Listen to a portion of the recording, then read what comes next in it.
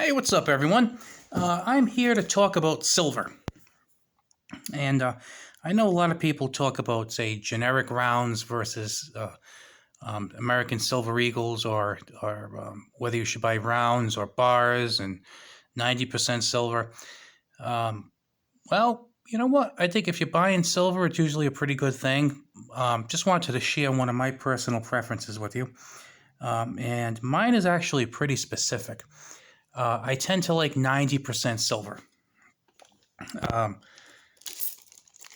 I like buying 90% silver, but not all 90% silver. I love peace dollars and Morgan dollars, but if you're going to buy them for their numismatic value, I think they're great. But if you're buying them for just to have silver, you're usually paying a little bit of a premium on there. And this is just for the basic ones, the ones that are common, maybe not in the best of condition. Now, when I buy my silver, the store where I go, they typically have, like a big jar of $50, half jar of quarters, and a jar of dimes. So I usually go in there, I ask if I can check out the dimes, and he has usually a pretty good selection. He has Mercury dimes, and he has Roosevelt dimes.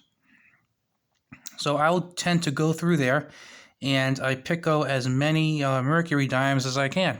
Not Roosevelt, Mercury. And there's a few reasons why I go for Mercury dimes. Reason one is, let's say you have a 10-ounce bar. Right now, it's worth about $250 plus premium, so maybe $275, $300. Well, let's say you needed to sell it for something, you need $100. You can't sell a third of that $10 bar. I mean, unless you want to cut it and sell it to someone who's going to trust you, it's not the most liquid thing for you to sell. Plus, what if you have a couple of people who want to buy silver, but they only want to buy $30 or $40 worth? They don't want to buy $300. I tend to like the dimes because they're the most visible. Right now, I believe a regular run-of-the-mill circulated Mercury dime is worth about $2, give or take, as of today's date. So if you wanted to sell, $20 worth of silver, pretty easy. You just count out 10 of these, and there you go. You got your $20 worth of silver. So I love the fact that they're divisible. The other thing I love about them is that, and this is that is general to dimes in particular. I mean, whether you're dealing with Roosevelt dimes, you're dealing with Mercuries, or the older ones, but those don't really play into what I'm saying. The other reason why I favor the Mercury dimes over the Roosevelt dimes is because the store where I purchase them, and not all stores might be the same, they basically get their Roosevelts and their circulated Mercuries, they throw them in a jar, and I can pull out whatever ones I want and purchase them. So I'm paying the same thing per coin for Mercury and Roosevelt. And I tend to favor these because if you look at a Mercury dime, just in case you're not that familiar with it, it looks a lot different from today's Roosevelt dime. It's, as soon as you pick it up, you're like, wait a minute, that's not a regular dime. As if you're someone who's not into coins, you're like, that's not a regular dime. Something special is going on here, which would lead you to look at it a bit more carefully. I always tell people my fear would be somebody having like a big, jar of silver coins, and them like passing away or something, and their kid just thinking it's spare change and throwing it in a coin star. Can you imagine that? You can kind of maybe imagine that happening if it's just a jar of Franklin Roosevelt dimes, because they look exactly like the ones that we have today, except, as you know, the composition is different. To an extent, same thing with the quarters. Now, we started the state quarter program in the late 90s, I believe 99, and then we did the America the Beautiful quarters.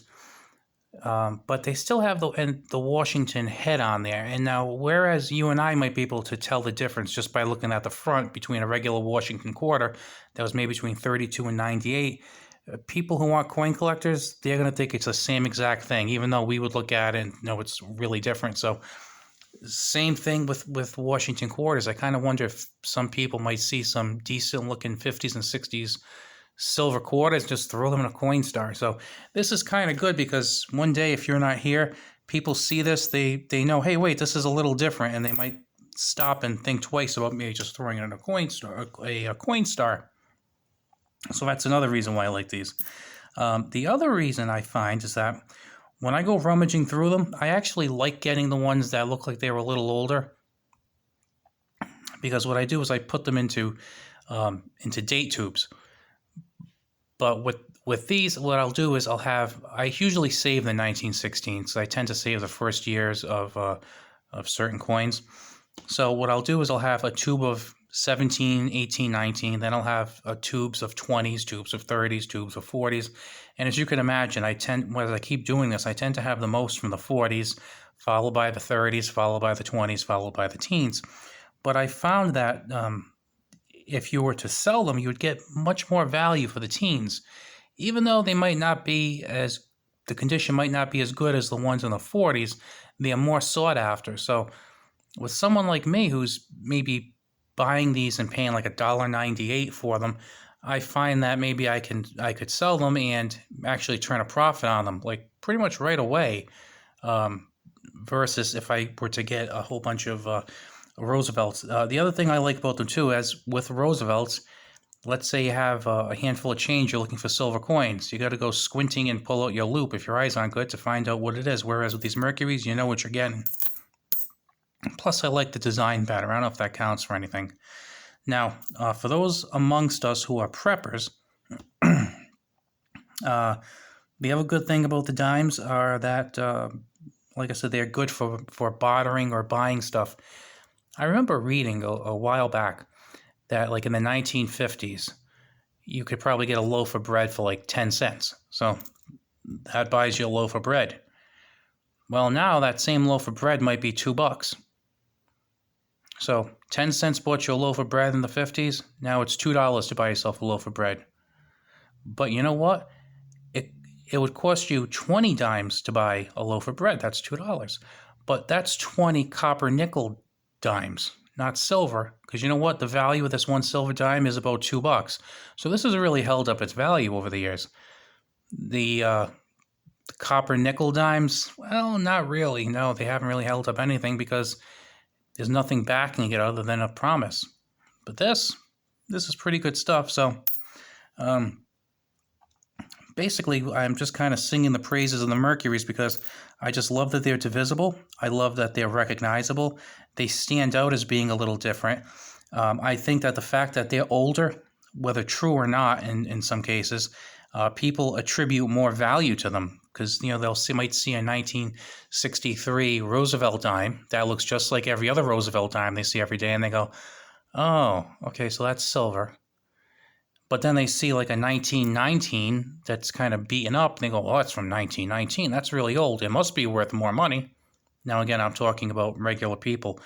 You know, they just make that assumption where, in fact, they're probably just about the same because they're probably common and circulated, and they have the same value. So I tend to go for these whenever the price is equal. And actually, even when it's not equal, I just always go for the Mercury dimes for those reasons.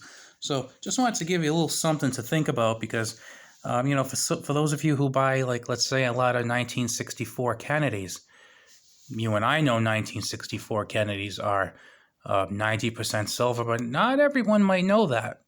They might just see them and say, oh, this is worth 50 cents. Because let's face it, most Kennedy half dollars really aren't worth much unless they have a silver content in them or they're professionally graded. Not many that are worth substantially more than 50 cents. So they might just see them and say, oh, this isn't that big a deal. And just kind of spend them as regular cash. Whereas if you had a Walking Liberty or a Franklin that you might be able to purchase for the same scrap value as that 64 Kennedy, something like that might be recognizable. It stands out because it's old. It stands out because it's out of the ordinary. So, you know, it's one of those things I think about because, you know, when you're dead and buried, I mean, who knows? You probably don't know what's going on, but I would just hate to think that someone would take my coins and just like maybe roll them up and take them to the bank or throw them in a Coinstar because they don't know what they are. Whereas this would probably give someone some pause and say, okay, this is something a little special, a little different. And like I said, to me, I think they have a lot of utility that larger denominations don't have.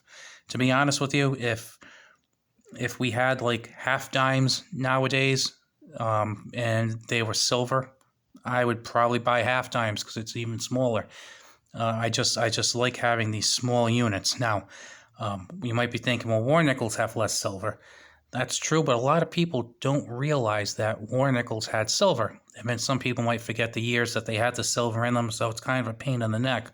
Whereas a lot of people, well, a lot more people are familiar with the fact that 64 and older are silver. So I have rambled on quite a bit, and it's pretty easy for me to ramble on quite a bit when I'm talking about coins because I love coins, I love silver, and preparing for having a little bit of silver just to kind of act as a hedge and basically an insurance policy. So if you like this video, please give me a thumbs up because I tend to do a lot of coins, guns, preparedness, knives. And when I see that, I get a lot of thumbs up for something. It makes me realize, okay, well, people like this, so it makes me want to do more on that particular thing. And if I don't see too much, I'm like, oh, people don't really care about that too much. So it kind of helps me focus on different areas that I find interesting and that you might also find interesting. So I will talk to you later. Have a good one.